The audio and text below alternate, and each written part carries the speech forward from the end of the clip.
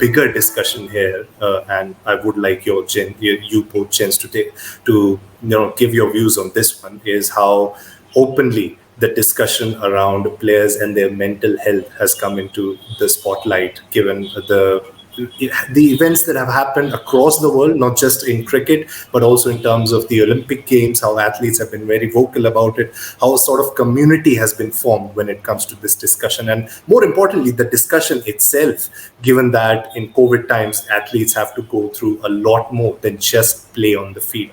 What's your take on this, Abhishek? I'll tell you something. A few years ago, David Frith wrote a book, Silence of the Heart.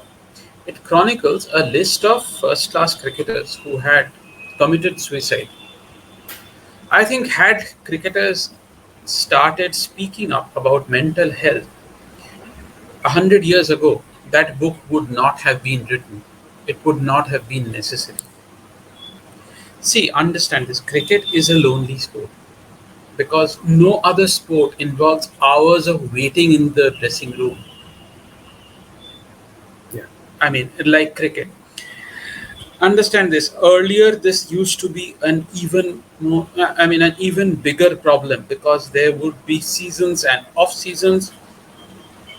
Professional cricketers' livelihoods depended on Yeah. cricket. So in the off seasons, often there were months of inactivity. Some found some employment, some did not.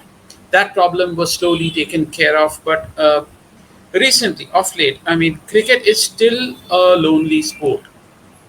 Yeah. And it is not that everyone, unlike say football, where everyone gets involved for 90 minutes and you are done. You can go back, go home, or, cricket is a different sport, and the chances of, loneliness affecting your mental health is much higher. And more cricketers should speak up. Understandably, uh, there are very few Indians speaking up on this because mental health is still considered a taboo in these parts of the world. But I hope the Indians do. I was, I was really happy when I saw Ravi Shastri tweeting in support of the Olympians. I think Stokes and also Simone Biles, because the Indian coaching mentality is whatever happens, you have to overcome, play. Handle it, be tough, handle it the hard way. Shastri is probably the most high-profile coach in the country. If Shastri could break that norm, it will set an example for coaches at junior level and coaches in other sports. I hope that does. Because cricketers alone can't solve the problem. The entire system has to address this, and coaches play a major role in that.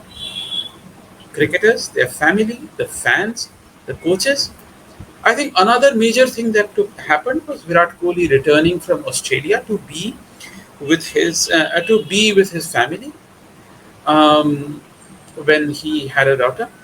So I think more than Kohli's decision, that set a very important precedence that cricketers are entitled to a life outside the sport, and that is very important.